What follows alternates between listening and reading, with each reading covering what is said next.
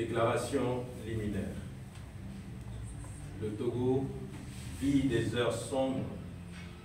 Une fois de plus, nous avons basculé dans l'horreur avec la répression violente et brutale exercée sur les citoyens innocents, sortis les mains nues pour faire entendre leur voix dans le cadre des manifestations des 26, 27 et 28 juin, initiées par la jeunesse togolaise pour réclamer plus de liberté, de dignité et de justice sociale. Ce qui s'est déroulé durant ces 3 jours restera à jamais gravé dans notre mémoire collective comme un moment de douleur profonde, d'indignation et de barbarie. De quoi parlons-nous en réalité? Nous parlons de jeunes, citoyennes et citoyens, exerçant leur droit légitime à manifester, pacifiquement, à main nue. Ils n'ont visé aucun édifice public. Ils n'ont détruit aucun bien, ni exercé aucune menace sur des personnes. Pourtant, ils ont été l'objet d'une répression ahurissante. Les images partagées sur les réseaux sociaux sont par moments insoutenables. Les éléments des forces de l'ordre et de sécurité censés assurer la protection des personnes et la préservation de l'ordre public, en complicité avec des nervis, des sinistres individus sans foi ni loi, à la solde du pouvoir, ont laissé libre cours à une répression sauvage, brutale et meurtrière, plutôt que d'agir en professionnel du maintien de l'ordre public. Les exactions sont nombreuses et s'apparentent à des traitements dégradants et inhumains.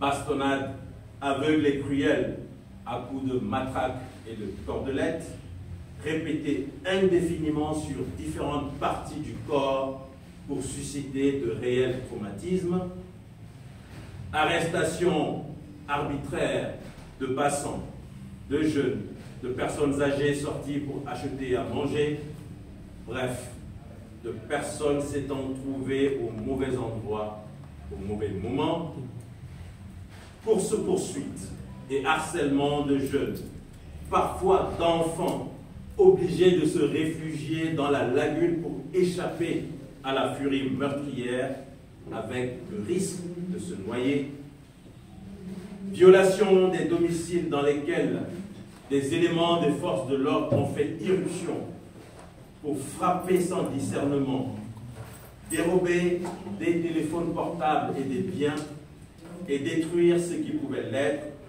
parfois dans des zones où il n'y avait pas de manifestation, destruction de biens personnels comme des motos, arrachés à des passants avant d'être vandalisés ou même incendiés par pure méchanceté.